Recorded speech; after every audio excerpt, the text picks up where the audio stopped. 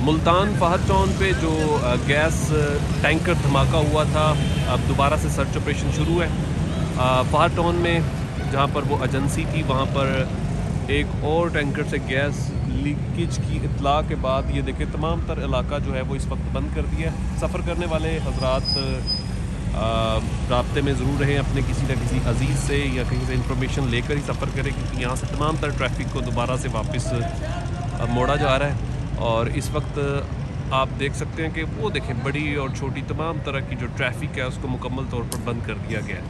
और वहाँ की सूरत हाल ये है कि सुबह 7 बजे से इत्तलात हैं कि पंजाब पुलिस रेस्क्यू और लाहौर से कुछ टीमें आई हैं जो इलाके को क्लियर कर रही हैं, लेकिन अभी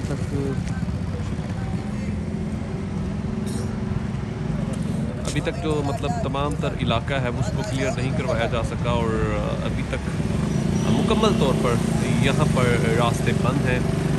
ये जो ट्रैफिक है यहाँ से आगे से ये देखें वापस मोड़ा जा रहा है। और गैर ज़रूरी सफ़र से इस तरफ मुज़फ़्फ़रगढ़ रोड पर नागशाह से ज़रा परहेज़ कीजिएगा। और तमाम तर रास्तों को मुकम्मल तौर पर बंद, जब तक इलाका क्लियर नहीं होता तब तक इस रास्ते को नहीं खोलेंगे।